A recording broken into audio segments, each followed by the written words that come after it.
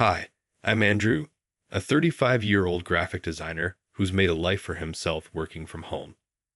It's a peaceful, spacious place, one I inherited from my kind aunt, a gift that feels more like a blessing each day. The house is a perfect mix of work and personal space, especially now that I've adopted Rocky, my playful puppy. He's a little ball of energy, always bouncing around, eager for attention while I work. It's just the two of us most days, but life recently took a turn. My parents and younger brother Steve don't quite see my life the same way I do.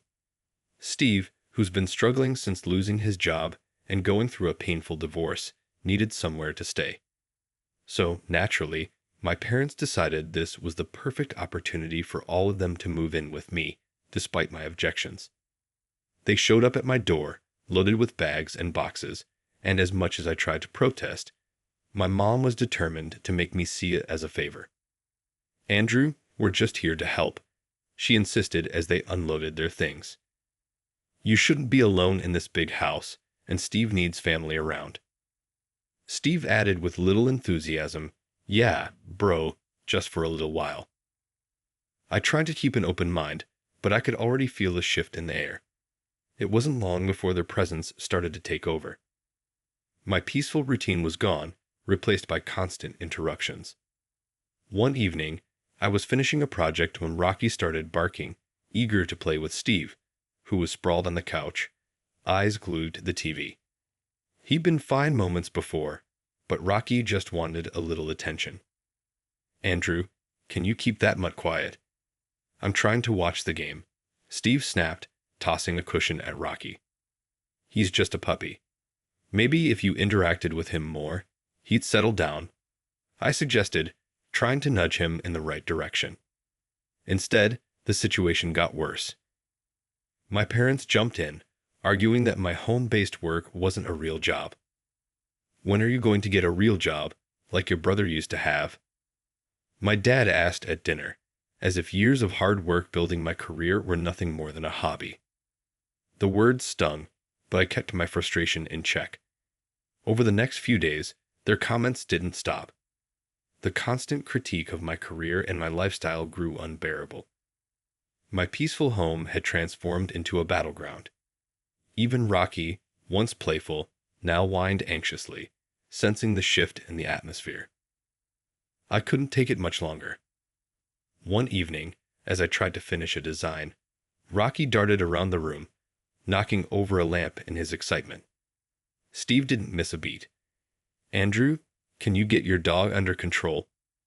He's out of control, just like this so-called business of yours. He's a puppy, Steve. He needs time to learn, just like we all do, I snapped, picking up the lamp. But no matter how hard I tried to diffuse the tension, it only made things worse. My mother joined in. Your brother's right, Andrew.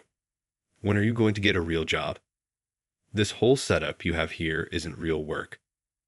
I could feel my patience fraying, but I gritted my teeth. This is my real job, Mom.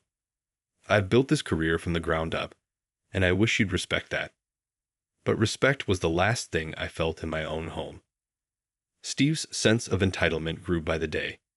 He rearranged my furniture without asking, critiqued my work routine, and imposed his own rules in my space. One afternoon, I found him in the middle of changing the living room setup. Why are you moving my things? I asked, trying to hold onto some sense of order. Because it's about time someone took charge around here, he shot back, barely sparing me a glance. You're hardly managing, Andrew. Someone needs to make this place livable. This is my home, Steve. You can't just take over, I protested, but my voice wavered with uncertainty.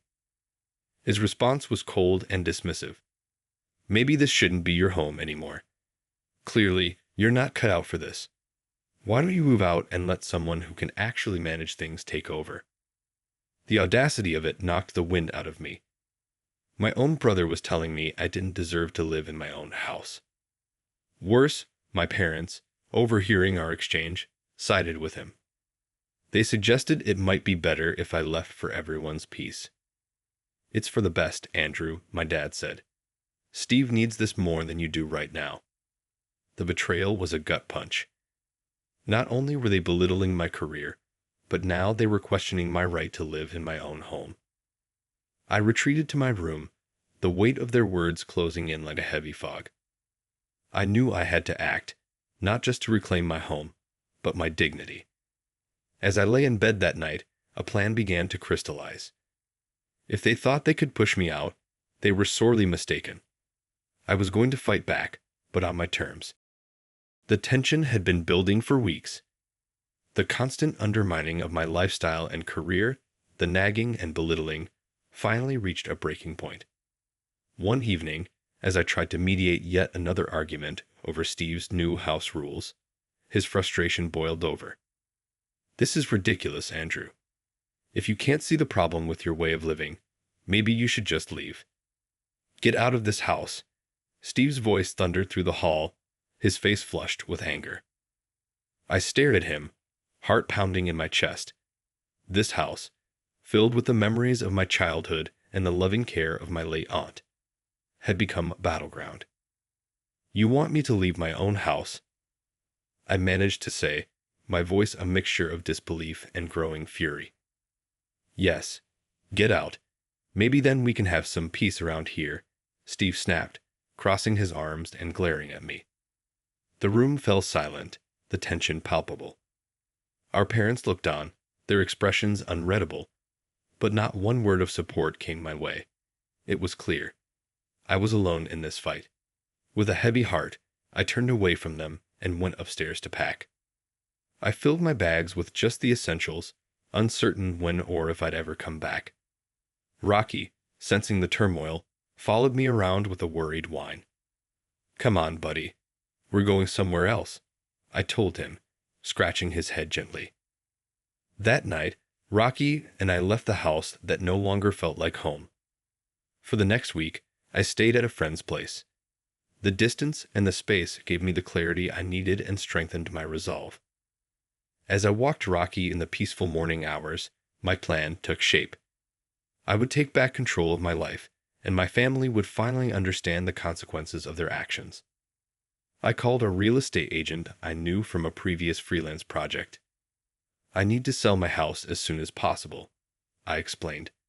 The house had officially been transferred to me a month earlier after my aunt's passing, and I had taken the steps to secure it legally in my name alone. "Are you sure about this, Andrew?" the agent asked, concern in her voice. "Yes, I've never been more sure of anything," I replied, feeling a mix of relief and determination. We arranged everything quietly. Listings, viewings, handled discreetly so my family wouldn't find out until everything was finalized. That week turned into a pivotal moment for me. Instead of the doubt and frustration that had filled my days at home, I felt a growing sense of empowerment. Each step in the process of selling the house was a step toward reclaiming my independence and the peace that had been so violently disrupted. The moment of revelation to my family was fast approaching. They had no idea that their secure living situation was about to change dramatically. I was prepared for their reactions, their pleas, their regret. But this time, I wouldn't be swayed. This time, I was standing up for myself and the respect I deserved.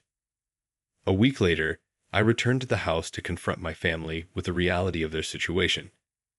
As I walked through the door, I saw Steve and my parents gathered in the living room, the picture of normalcy, something that felt surreal given the circumstances.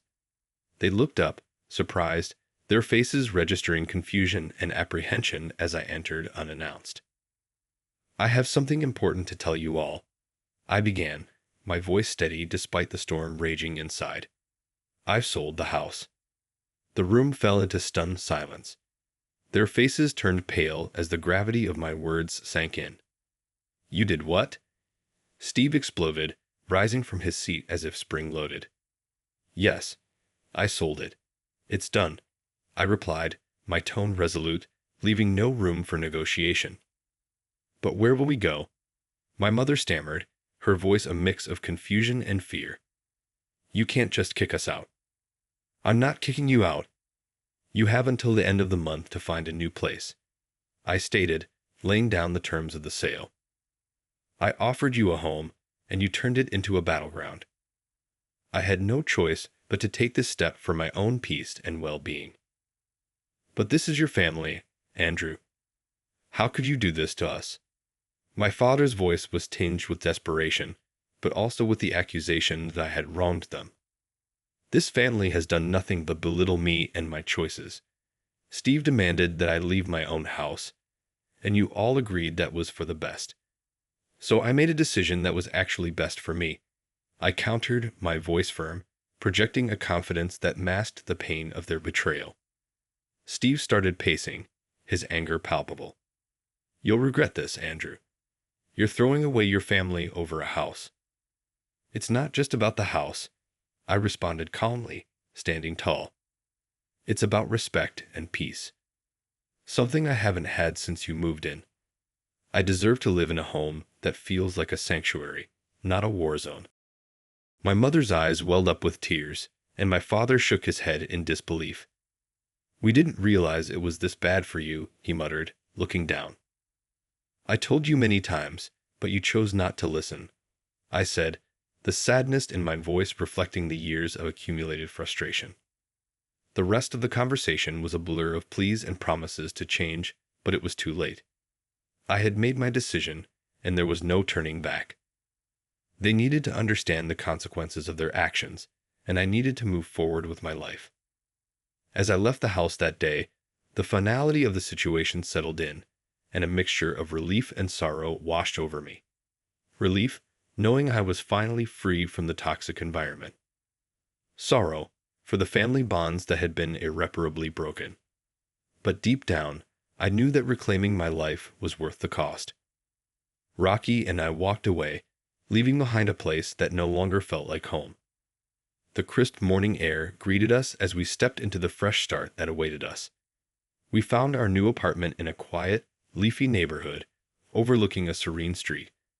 The apartment was everything I had hoped for, spacious, filled with natural light, and pet-friendly, which meant Rocky could roam freely without restrictions. Setting up my new workspace by the window, I couldn't help but marvel at the peace that enveloped us.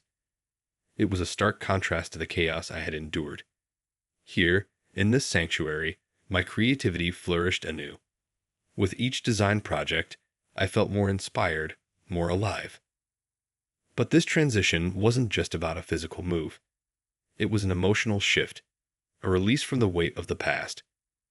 My family, having been forced to face the consequences of their actions, struggled to find stability. The last I heard, Steve and my parents were staying with relatives, a temporary solution as they scrambled to rebuild their lives. The irony of their situation wasn't lost on me.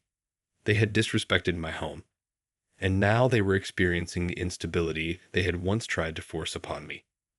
While I didn't take joy in their struggles, I did feel a sense of justice.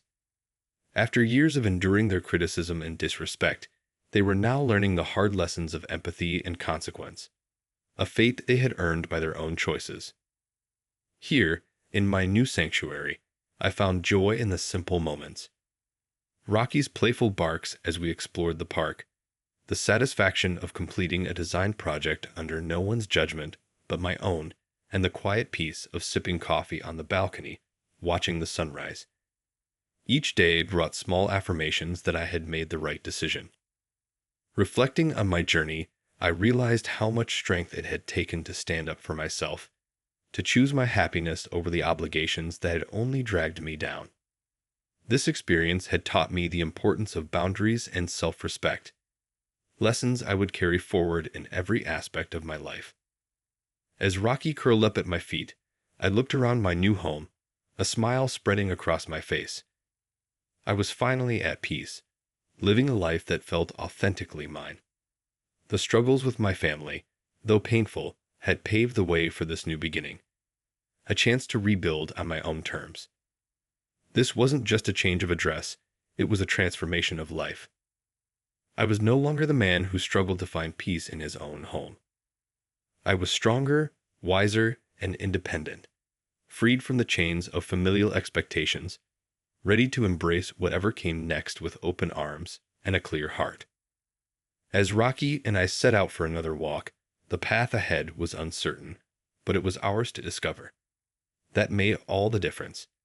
The past, with all its trials, had led me here, and I was grateful for the fresh start. With each step forward, I felt more aligned with who I was meant to be.